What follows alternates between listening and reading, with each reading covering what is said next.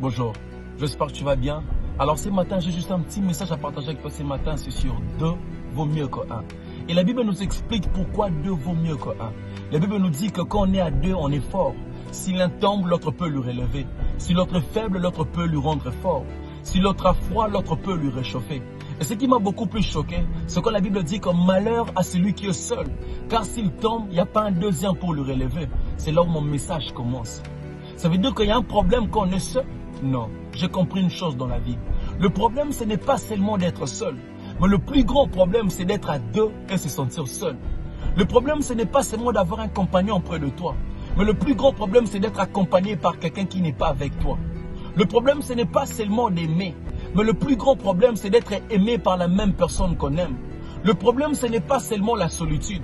Mais le plus grand problème, c'est d'être à 2 et s'ennuyer. Le pire, ce n'est pas de finir toute ta vie seul. Mais le plus grand pire, c'est de finir toute ta vie avec une personne qui t'a toujours donné l'impression d'être seul. Le problème n'est pas seulement de faire les efforts pour une personne. Mais le plus grand problème, c'est quand il n'y a qu'une seule personne qui fait les efforts. Un jour, tu vas te fatiguer. Parce qu'il n'y a pas l'amour sans la réciprocité. Mais quand vous avez le même sentiment, vos efforts deviennent égaux. Voilà pourquoi la Bible nous repose maintenant la question. Est-ce que 2 personnes peuvent-ils marcher ensemble s'ils n'ont pas le même esprit ou le même sentiment? C'est par là qu'on comprend maintenant que mieux vaut être seul que d'être mal accompagné. Mieux vaut être seul que d'être avec quelqu'un qui te fait sentir seul. Mieux vaut se valoriser seul que d'être dans un endroit où on ne te valorise pas. Mieux vaut compter sur soi que de compter sur quelqu'un qui n'est pas avec toi. C'est par là qu'on comprend que le problème n'est pas seulement de se marier, mais le problème c'est de bien se marier et de rester marié. Le problème ce n'est pas seulement de faire un choix, mais le plus grand danger, c'est de mal choisir avec qui partager tout le reste de ta vie. Parce que ce n'est pas le mariage qui rend heureux, mais c'est de se marier à la bonne personne qui rend heureux.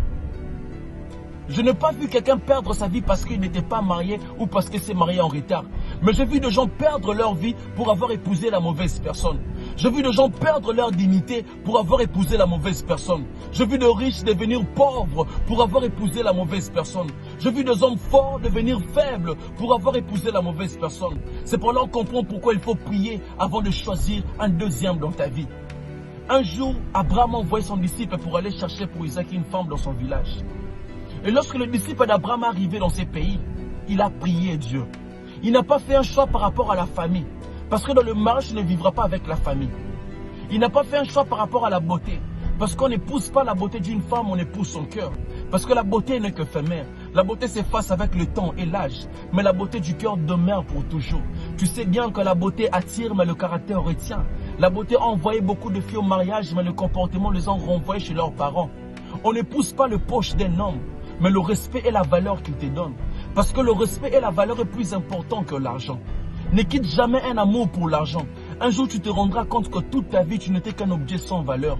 N'aie jamais oublié que mieux vaut être la reine dans la maison d'un pauvre que d'être une salope dans la maison d'un riche. Mais le disciple d'Abraham, il avait fait un choix par rapport au signe qu'il avait demandé à Dieu. Il a dit à Dieu ceci: Père, toutes les filles qui viendraient épouser de l'eau ici, je vais leur demander à boire. À celle qui me dira bois, et je vais aussi donner à tes chameaux. Sans que je la demande, ça veut dire que c'est elle. Ça veut dire que quand tu rencontres un vrai deuxième dans ta vie, il y a des choses que tu ne demanderas plus.